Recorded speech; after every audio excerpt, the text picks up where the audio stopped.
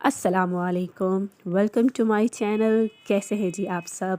एक और व्लॉग में एक और रेसिपी के साथ आप सबको खुशामदीद।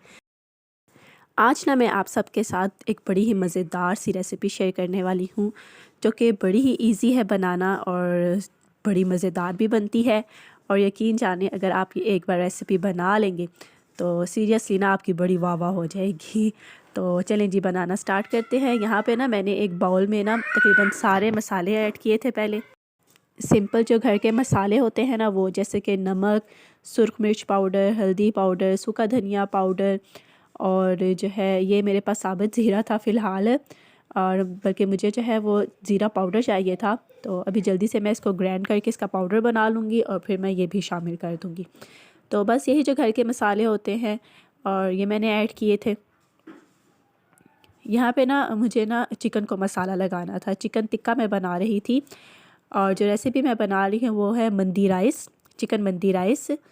और बड़ी फेमस रेसिपी है ये अरेबियन रेसिपी है।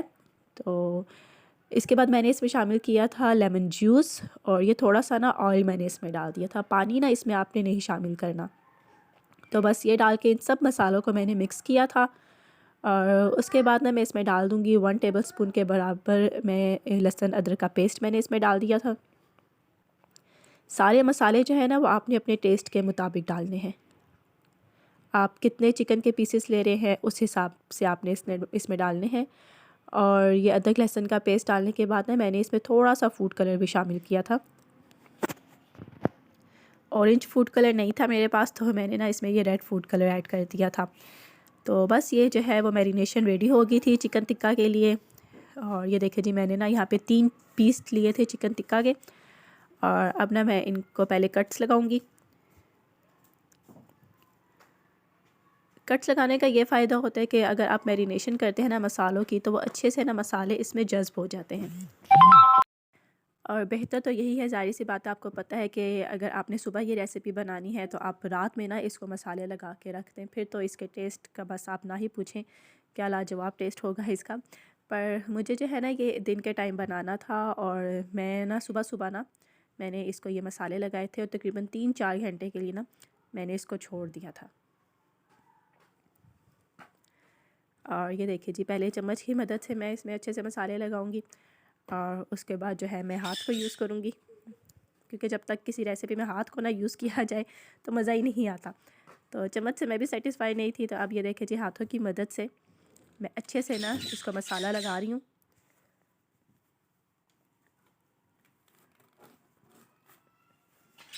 और मसाला लगाने के बाद ना मैं इसको तकरीबन 3 घंटे के लिए ना कवर करके ऐसे ही छोड़ दूँगी।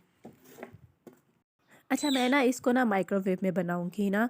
आप चाहें तो इसको फ्राई भी कर सकते हैं। हल्का सा ऑयल लेके आप किसी भी नॉन स्टिक पैन में ऑयल डालें, और उसके बाद जो है वो इसको फ्राई कर लें। बट मैं जो है इसको माइक्रोवेव में बनाऊँगी। और ये देखिए, मैंने ना एक ट्रे ली थी, और उसके ऊपर ना इस तरह से मैं इन 2 पीसेस को रख दूँगी, क्योंकि जगह ही 2 की थी और तीसरे को ना मैं बाद में फिर बनाऊँगी। और ये देखिए जी, मैंने इसे माइक्रोवेव में रख दिया था, और मैं इसको ना कन्वेक्शन मोड पे बनाऊँगी, ग्रिल मोड पे मैं इसको नहीं बनाऊँगी। तो बस सिंपल 180 डिग्री सेंटीग्रेड पे मैं इसको तकरीबन ना 20 मिनट्स के लिए बनाऊँगी। और 10 मिनट्स जो है वो एक साइड से ये पकेगा, और फिर 10 मिनट्स जो है वो इसकी साइड चेंज करके ना मैं इसको पकाऊंगी। और ये जो है काफ़ी ज़बरदस्त सा और जूसी सा ये रेडी हुआ था, बड़ा ही मज़ेदार सा। तो यहाँ पे ना अब मैं चावलों की तैयारी कर रही हूँ। एक पतीले में ना मैंने ऑयल गरम करके सबसे पहले ना वो जो ब्लैक किशमिश होती है उसको डाला था, और उसके बाद ना ये गाजरें थी, इनको मैंने कद्दूकश कर लिया था। तो अब इन दोनों को ना मैं फ्राई कर लूँगी तकरीबन 4 से 5 मिनट के लिए। और जब ऑयल में ना ये दोनों चीज़ें अच्छे से फ्राई हो जाएंगी तो फिर ना मैं इनको निकाल के साइड पे कर लूँगी।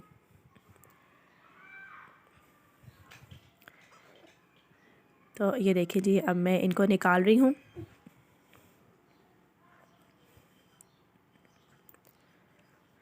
और फिर इसी ऑयल में ना मैं ये चॉप किया हुआ प्याज ऐड कर दूँगी। और प्याज को भी ना हमने सिर्फ 3 से 4 मिनट के लिए फ्राई करना है। ज़्यादा हमने इसको फ्राई नहीं करना, ना ही हमने इसका कलर चेंज करना है, क्योंकि ना इसके लिए चावलों का कलर जो है ना वो भी हमें बिल्कुल लाइट सा चाहिए। तो जाहिर सी बात है अगर हम प्याज को ज़्यादा कलर देंगे तो चावलों का कलर भी काफ़ी डार्क हो जाएगा। तो यहाँ पे ना मैं साथ ही इसमें जो साबुत गरम मसाला होता है वो ऐड करूँगी, जिसमें मैंने इसमें ऐड किया था बड़ी इलायची थी और लौंग थे 3-4, काली मिर्चें थी साबुत और दालचीनी का एक टुकड़ा था। ये ऐड करके इनको अच्छे से मिक्स करूँगी और बस सिर्फ 2 मिनट फ्राई करने के बाद ना मैं इसमें टमाटर शामिल कर दूँगी। ये देखिए जी, टमाटर भी जो है इनको भी मैंने चॉप किया हुआ था और बस ये शामिल कर दिया मैंने इसमें। और अब मैं इसमें मसाले ऐड करूँगी सारे। मसाले भी ना बिल्कुल लाइट से आपने इसमें डालने हैं।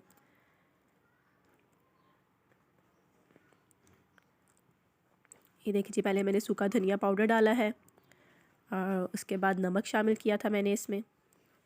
और ये रेसिपी ना मैं ना अपने इन लॉज़ के लिए बना रही थी, मतलब मेरे सास और ससुर आए हुए थे तो उनके लिए मैंने ये बनाई थी। और आप यकीन जाने उन्हें ये इतने पसंद आए थे ना चावल, तो और मेरे हस्बैंड को भी ये बहुत अच्छे लगे थे और उन्होंने दोबारा बनाने की भी फरमाइश की थी। तो आप भी ये बनाएं एक बार, आप देखिएगा आपके हस्बैंड या अगर आप अपने बाबा के लिए बना रहे हैं या भाइयों के लिए तो उन्हें भी इंशाल्लाह ये ज़रूर पसंद आएगी। तो ये देखिए जी, मसाले सारे शामिल करने के बाद तो अब ना मैं इसमें पानी शामिल कर दूँगी ना। और पानी की मैं आपको एक टिप देती हूँ कि आप चावलों में ना पानी किस तरह से शामिल किया करें। मैं हमेशा जो है ना वो नाप के लेती हूँ पानी, यानी कि अगर मैंने 3 कप चावलों के लिए हैं, जो कि मैंने यहाँ पे 3 ही दिए थे, तो इसमें ना आप ये देख लें कि उसी कप को नाप के मैं 6 कप पानी डालूँगी। तो आप देख सकते हैं मैंने 6 कप ही पानी के डाले हैं। तो इससे ये होता है ना कि आपके चावल जो है ना पानी बिल्कुल इक्वल डलता है और चावल भी आपका खिला खिला बनता है। तो मैं इसी हिसाब से डालती हूँ, जितने कप चावलों के होते हैं ना उससे डबल पानी के मैं डाल लेती हूँ उसी कप से नाप के। तो अल्हम्दुलिल्लाह मेरे चावल जो हैं वो हमेशा ही काफ़ी अच्छे और खिले खिले बनते हैं। तो बस पानी डालने के बाद मैंने इसमें डाला था 1 कनौर क्यूब और उसके बाद मैंने ना इसको ढक के थोड़ी देर के लिए छोड़ दिया था। और जब इसमें बॉयल आ गया था तो अब मैं इसमें चावल शामिल कर दूँगी।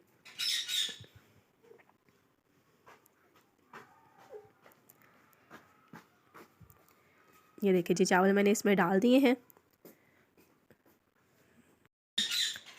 और बस अब हम फुल फ्लेम पे जो है वो इसको पकाएंगे। और ये देखिए जी, इससे भी बॉयल आ चुका है। यहाँ पे ना मैं नमक टेस्ट कर रही थी और नमक टेस्ट करके ना मुझे इसका नमक जो है वो थोड़ा सा कम लगा था और मिर्ची जो है वो बिल्कुल ठीक थी, परफेक्ट थी, इसमें बस लाइट सी। तो नमक जो है वो मैंने थोड़ा सा ना इसमें और ऐड कर दिया था।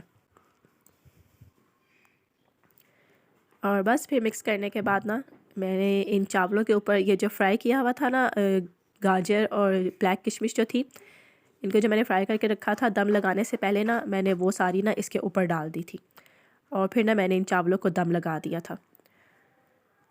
और जब आप दम लगाते हैं, दम लगाने से पहले ना चावलों को ना आप जो है वो बिल्कुल भी ड्राई मत किया करें, थोड़ा सा हल्का सा इसमें पानी छोड़ा करें, इससे ना दम काफ़ी अच्छा लगता है चावलों को। तो ये देखिए जी, इसको मैंने तकरीबन 15 मिनट के लिए दम लगाया था और उसके बाद ये देख लें माशाल्लाह से हमारा चावल अच्छे से गल भी चुका है और कितने अच्छे खिले खिले चावल बने हैं। और अब मैं जो है वो इनको डिश में निकालूंगी। अच्छा, यहाँ पे ना एक बड़े मज़े की बात हो गई थी। ये ना मेरा सेट था, ये डिश का ना तकरीबन नया ही है और इसको 2-3 बार मैंने यूज़ भी किया है, ऐसा नहीं है कि बहुत पुराना है या यूज़ पहली दफ़ा कर रही हूँ। और इसमें ना जब मैंने ये गरम गरम चावल निकाल के डाले हैं ना, तो चावलों को जब रखा तो अचानक से ना बड़ी ज़ोर की आवाज़ आई। तो मैं बड़ी परेशान हो गई कि ये क्या, ये आवाज़ कहाँ से आई है। मैंने अपने हस्बैंड से पूछा, बच्चों से पूछा कि ये आवाज़ कहाँ से आई है ना, तो कहते किचन की साइड से ही आई है। और जब मैंने अंदर आके देखा तो ये डिश टूट चुकी थी। तो मुझे इतना दुख हुआ कि मेरा सेट जो है वो ख़राब हो गया। और कभी ऐसा नहीं हुआ, मैं इसमें गरम गरम ही चीज़ सर्व करती हूँ। तो पर खैर कोई बात नहीं, दोबारा मेरी किस्मत में ही थी ही नहीं।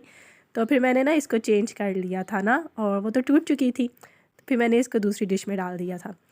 तो ये देखिए जी, यहाँ पे मज़ेदार सा जूसी सा जो है वो चिकन टिक्का भी बिल्कुल रेडी था। और ये जी हमारी आज की रेसिपी थी मंदी राइस की, चिकन मंदी राइस की। मुझे उम्मीद है आपको ये रेसिपी अच्छी लगी होगी। एक बार इसको ज़रूर ट्राई कीजिएगा और अगर वीडियो कहीं से भी अच्छी लगे तो इसको लाइक ज़रूर कर दीजिएगा, शेयर भी लाजमी कीजिएगा और साथ ही साथ मेरे चैनल को भी सब्सक्राइब कर दें।